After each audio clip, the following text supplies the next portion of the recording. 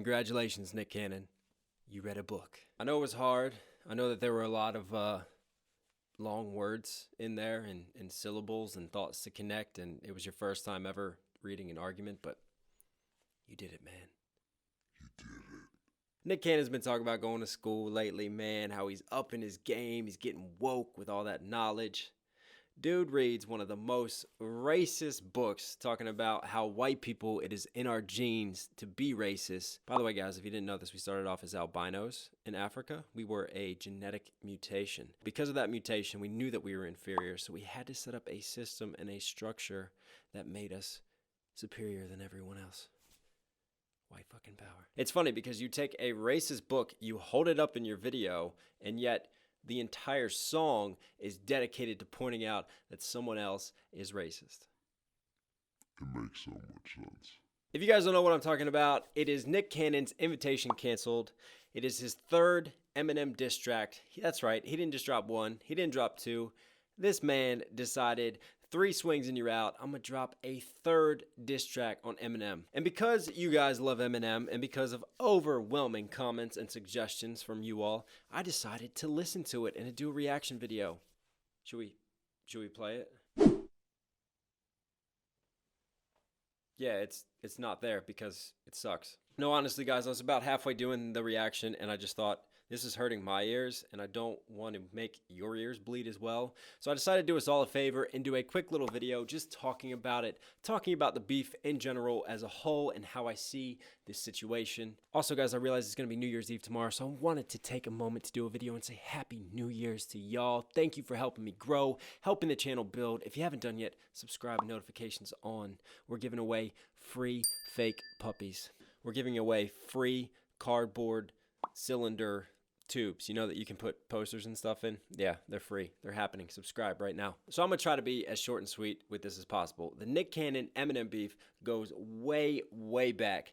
Eminem used to, I don't know, date, see, hooked up with Mariah Carey. That didn't end so well. Mariah Carey then put out a song called Obsessed. It was a radio hit. And basically, if you guys go back and watch that music video, there was a dude who was stalking her who looks like it could be Eminem, you know, with the baggy pants, with the hood up, sitting in his room. He's got the mannerisms of M. It's obviously a huge Eminem diss. She even starts a song, Will the Real MC Please Stand Up? Shots at Eminem being an MC, Mariah Carey being the real MC. Yeah. Eminem, being M, does not let a diss sit for long. He comes back with the warning and basically just fires shots at Mariah Carey and her new husband, Nick Cannon. Now, as we know, guys, when people decide to battle M, it doesn't normally end well for the people who are battling M. And in this case, Eminem got the shovel out, man. He had some recordings with Mariah when they were in the booth, sort of snuck some stuff. It was called the warning because it's like, hey, this is just like friendly fire. If you want me to put you in my scope, if you want me to take aim, I've got more ammunition on you than you have on me. So go on, let's do it. After that, I thought it was over. You know, Nick said some things, there were some rumblings, but honestly, that diss was kind of the RIP, case in point, just lay it down. So then, 10 years later, Nick Cannon starts popping his mouth off in a podcast and interviews again. There's always been a little bit of bad blood between them, but, you know, Nick Cannon is kind of contradictory because on one hand, he's come out and he's called M one of his top 5 rappers, but on the other hand, he wants to put a target on this dude. So Eminem came up as a battle rapper. We all know this, guys. This man likes the shade. He likes that energy. He is constantly dissing people, constantly in battles, constantly making controversy because that is who he is, man. He was a battle rapper. He came up on the battle circuits. He knows how to handle himself as an MC in this realm. So naturally, he gets an opportunity to feature on a Fat Joe song, Lord Above. And what does he do in that song? He takes shots at Nick. Now, Nick being Nick decides, oh, I'm not going to come at you being inferior with my lyrics and my ability. I'm going to get like 5 other dudes, throw them on a track, and rap jump you. Game on, bitch. That was the invitation. Now, I'm sure you guys have seen all kinds of reactions on this to know that it was all right. I mean, honestly, there were some good punchlines in there. He had some other battle rappers on it who did well. You know, Nick Cannon, though, Nick Cannon was coming in with that raspy flow. He was spitting hard with it. He like had his phone and he was reading his lines and making his rhymes from his mind. Yeah, you know, M didn't respond. So then Nick goes, Well, he's killing me with silence, so I have to do something about it. I'm going to make a second diss track, which he dropped.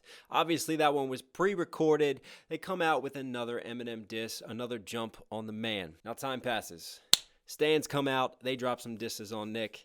They're honestly better than anything that Nick has done or made. This is the guy that produced Gigolo. I'm a gigolo. Should I say anymore? Basically, M doesn't respond. So what does Nick do amidst all this silence? He goes, you know what? I'm going to make a smart marketing move. All eyes are on me right now. Everybody's Googling Eminem, Nick Cannon diss. I can't get M to respond. So what do I need to do to bring this man out of his cage, to make him respond so that I can get even more attention, so that I can bring more fame to Wildin' Out and just, try to get some more sales, some more interviews, and just some more brand building. He goes, right, I'm going to take an idea. I'm going to take a concept that has already been used before, and I'm going to recycle it and rewrap it and give it back to the people and call that dope shit. He goes and he takes an old recording that Eminem did, over 30 years ago, when he was in a relationship with a black girl. He breaks up with her. He's pissed off. He goes, black girls are bitches. Black girls are dumb. Nick Cannon loops that, makes a little hook out of that. And then he just basically goes, all right, Em, you didn't take this card. You didn't take my other diss. I'm going to play the race card on your ass now. Ding. Problem with that is, honestly, Eminem's more black than Nick is. History lesson, boys and girls. A while back, the Source came after M. They played this very card. They had the exact same arguments. And what did Eminem do? Has anyone heard of Ja Rule since? Has anyone really heard of Benzino since? He addressed it. He took it on board. He was 18 years old. He was upset. He apologized profusely. Man, this man couldn't do any more for hip-hop culture than he has done. All of the features, all of the artists that he's put on, and you still want to play the race card against him? Now, guys, I know Nick Cannon read his first book. I know he feels very intelligent right now, and he's up here. He's above people's minds at this moment, looking down on his vassals and his world, but the problem, Nick. No, but seriously, guys, I don't think that he is that dumb. I think that the reason he has done this is because he is just trying to provoke a reaction out of M, because his other efforts, his other attempts have not worked. And actually, it's like texting the ex-girlfriend effect. You know what I mean? You get drunk one night, you're sitting there, your phone comes out, you send that message. You wish you could take it back. You wish you could delete it, but it's been sent. And then you're stuck waiting. And you don't get a reply, and it just pisses you off. Well, Nick Cannon has been sending those texts to M, and unfortunately, he's been leaving them on scene. And that, to me, is why Eminem will not respond to this, why he will not respond to any of Nick Cannon's disses. One, because he's the one that made the original diss track. He is the one that put pen to the paper and just killed Nick in Lord Above. If you guys haven't heard that song, go check it out. It's dope. Two, he knows that if he does another track on this, he is just giving more light, more fame to someone who doesn't deserve it, to someone who is not as talented as him with the pen, who is not as talented with the music, and there's just no reason for M to do that. M didn't respond right away to MGK, and it took M a while to respond, and it's not because he was incapable of responding, because he didn't have the flows. We know this man has the flows. His track record, his career shows that. The reason he didn't respond is because he knows that as soon as he responds to someone, he is at this level of superstar. There are other people who are big, there are other stars, but he's in that rarefied air with like the Jay-Z's, the Ed Sheerans of just mega famous and just international renown. And the second that any of these people step down and deal with someone else at a lesser level, they bring all of that fame, all of that crowd, all of that limelight down to them. And it's like, if you're in a battle with someone, do you really want to go after them and bring them more fame and more followers when they don't deserve it? Yeah, you might be pissed off. Yeah, you might want to destroy them, but you got to think about the big picture in your career. And Eminem is definitely thinking about the big picture, and if he really wants to bury Nick Cannon, all he's got to do is just let these tracks sit and let Nick Cannon bury himself, and let reactors like me respond to it, and others, because there have been a lot of videos on this. If you guys haven't heard of Crypt, he is a very dope reactor. He did an awesome Everything Wrong with Nick Cannon's Invitation Cancel diss. I highly recommend that if you want to see a bar-by-bar breakdown, because I'm not going to give Nick that limelight in that time. But yeah, what do you guys think? Have you heard the disses? Did you think that this deserved it? Do you think Nick made a good argument? You know, he's sitting there in front of the Black Power poster. He's got a sweatshirt on of Howard University, which I'm a DC boy. I know Howard. That's a famous all-black college.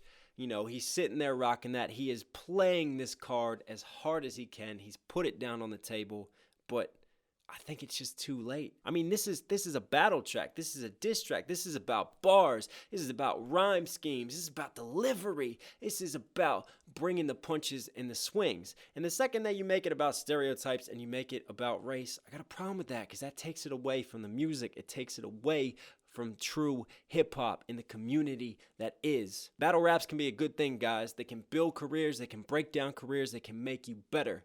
But when it gets put in this light, in this shade, that's when I got a problem with it. So yeah, let me know what you guys think though. Does Eminem need to respond to this, or can he just let it sit and carry on with his career? Anyways, guys, appreciate the views as always. Be sure to subscribe, notifications on, so that we can keep growing, keep doing this, and keep building the buzz. If you guys are enjoying the reaction videos and all the other videos that I'm doing, then comment down below any recommendations, any artists you want to see me do, or if there's more Eminem songs that you want to see me check out. Thanks as always, guys. I hope you have a blessed and safe Happy New Year with friends and family, and I can't wait to get it and to see you guys in 2020, man. It's been a crazy year full of ups and downs, but I'm still here and I'm still grinding.